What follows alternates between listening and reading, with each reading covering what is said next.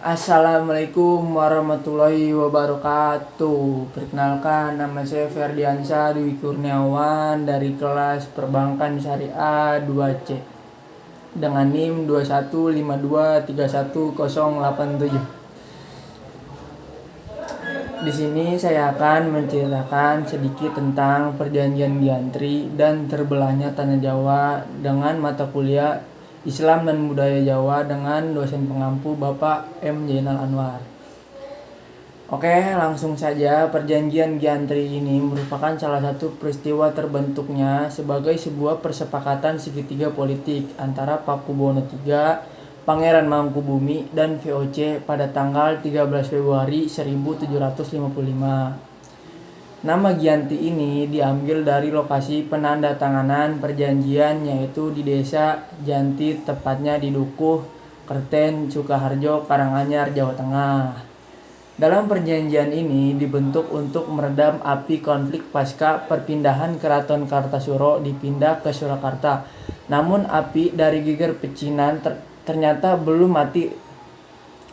Saat itu Mangkubumi membantu Pakubuwono III dalam meredamkan konflik dan mendapat hadiah, yaitu sebidang tanah dari Pakubuwono II. Namun luas tanah yang diberikan menimbulkan kecemburuan salah seorang pangeran mengeluh ketidakadilan. Terikat sebidang tanah tersebut, Kepala Baron Info akhirnya Gubernur Batavia tersebut mengeluarkan keputusan bahwa ternyata tanah tersebut tidak jadi dimiliki oleh Mangkubumi. Akhirnya, Mangkubumi meminta izin kepada Pakubuwono II bahwa ia akan meninggalkan tempat tersebut. Akhirnya diberi sangu 3.000 ril. Ini untuk jatah makan anak-anak buahmu.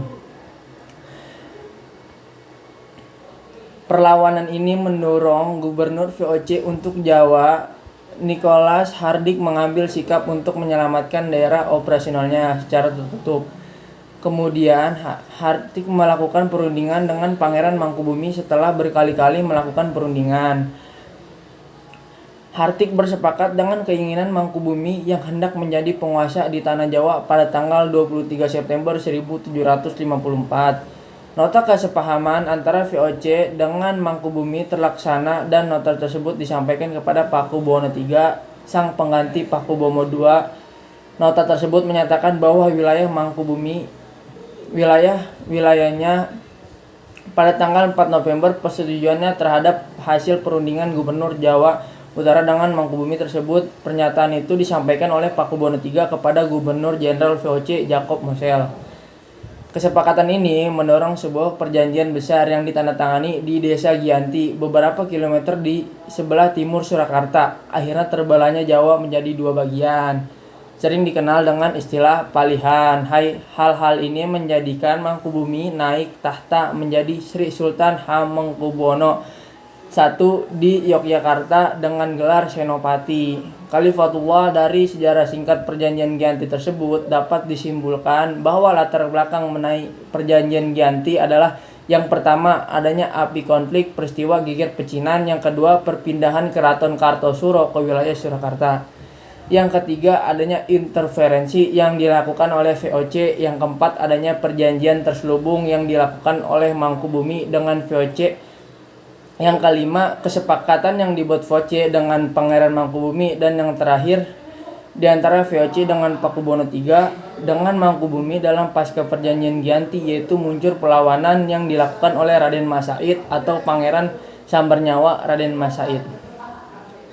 Raden Mas Said juga menuntut sebagai penguasa wilayah. Pada Oktober 1755, Raden Mas Said berhasil mengalahkan satu kelompok. Selain itu, tahun 1756 ia juga hampir membakar Keraton Baru Yogyakarta. Dari latar belakang tersebut muncullah dampak yang paling utama dari perjanjian Giantri ini, yakni wilayah Mataram terbagi menjadi dua. Yang pertama, wilayah sebelah timur yang dikuasai oleh Pakubuwono III. Hal ini yang kedua, wilayah di sebelah barat yang dikuasai oleh Pangeran Mangkubumi, sekaligus diangkat menjadi Sultan Hamengkubuwono I yang menetap di Yogyakarta. Demikian yang bisa saya sampaikan. Bila ada salah kata, mohon maaf. Wassalamualaikum warahmatullahi wabarakatuh.